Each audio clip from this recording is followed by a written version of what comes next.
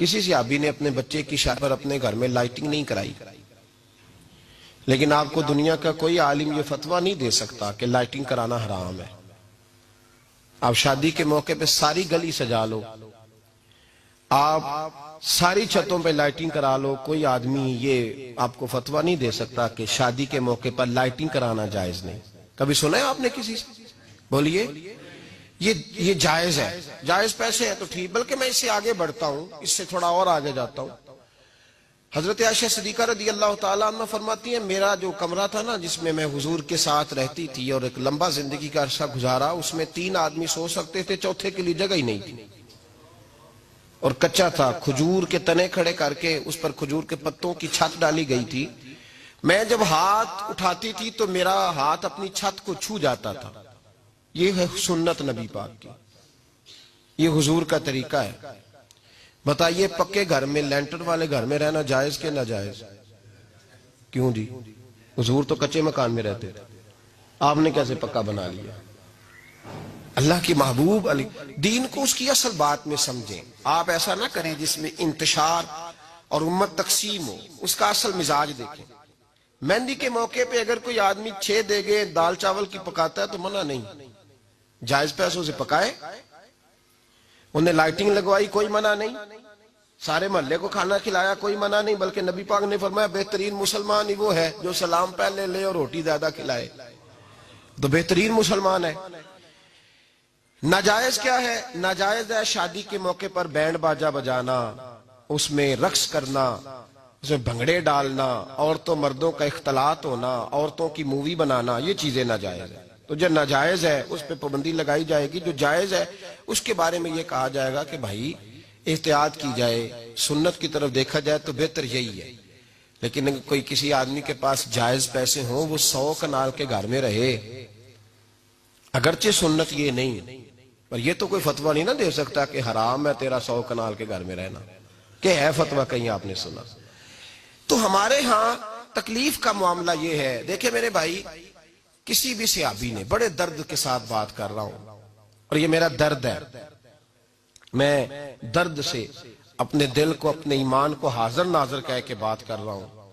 امت بٹ جاتی ہے ہر موقع پہ یار، ہر جگہ ہی تقسیم ہو رہی ہے امت مسلمہ، ہر روز کچھ نہ کچھ فتوے ایسے مل جاتے ہیں جس میں دراڑیں پڑتی ہیں۔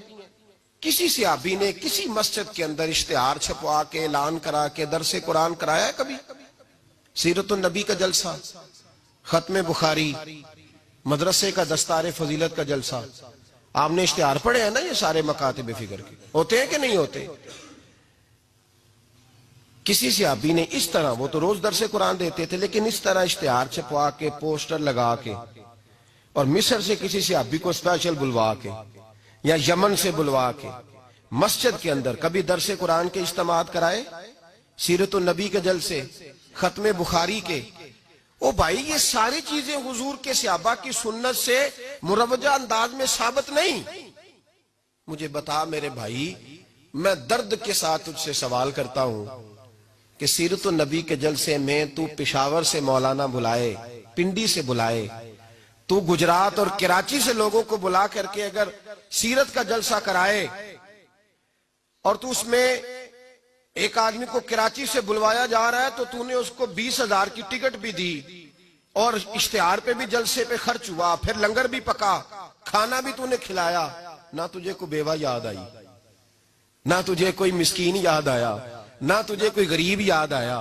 حالانکہ کہنا چاہیے تھا نا یہ جو ₹1,00,000 لگ رہا ہے کسی بیوہ کی خدمت کر دینی چاہیے، یتیم کو دے دینا چاہیے۔ درد کے ساتھ بات کر، سوال میرا یہ ہے کہ وہی کام جو سیرت کے جلسے میں ہوتے ہیں، پہلے تلاوت ہوتی ہے، پھر نعت ہوتی ہے، پھر کسی عالم کا بیان ہوتا ہے، وہی کام صرف نام بدل کے کیا جائے، عید میلاد النبی نام رکھا جائے صلی اللہ علیہ وسلم۔ یہ میں آپ کے ذہنوں پہ دستک دے رہا ہوں، تقریر نہیں کر رہا، صرف دستک دے رہا۔ او بھائی دیکھو، ایک آدمی وہی کام نام بدل کے کرے تو جائز ہے، اور اگر اس میں نبی پاک کے میلاد کا نام رکھ لیا جائے یا نعت کا نام رکھ لیا جائے تو پھر مجھے اجازت دے میں تجھ سے سوال کروں کہ صرف تجھے حضور کی تعریف پوری لگتی ہے؟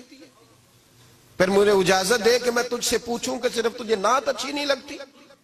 پھر مجھے اجازت دے کہ میں تجھ سے پوچھوں کہ تجھے صرف رسول اللہ کے قصیدے اچھے نہیں لگتے؟ دے مجھے اجازت کہ میں تجھ سے سوال کروں کہ جہاں ذکر رسول کی بات آئے وہاں تو پریشان کیوں ہوتا ہے؟ تجھے پتہ ہی نہیں یہ تو وہ ذکر ہے کہ رب فرماتا ہے تم بیان کرو نہ کرو ورفعنا لک ذکرک، محبوب میں نے خود تیرے چرچے ساری دنیا میں بلند فرما دیے۔ اور نبی پاک نے پوچھا حضرت جبریل سے کہ چل جبریل تو بتا میری امت کو پتہ چلے رب نے میرا ذکر کیسے بلند کیا ہے؟ تو جناب جبریل کہنے لگے محبوبہ رب فرماتا ہے میرے نبی سے کہہ دے جہاں جہاں تیرے رب کا ذکر ہوگا وہاں وہاں تیرا بھی ذکر ہوتا رہے گا۔ یہ تو محتاج ہی نہیں کسی کا۔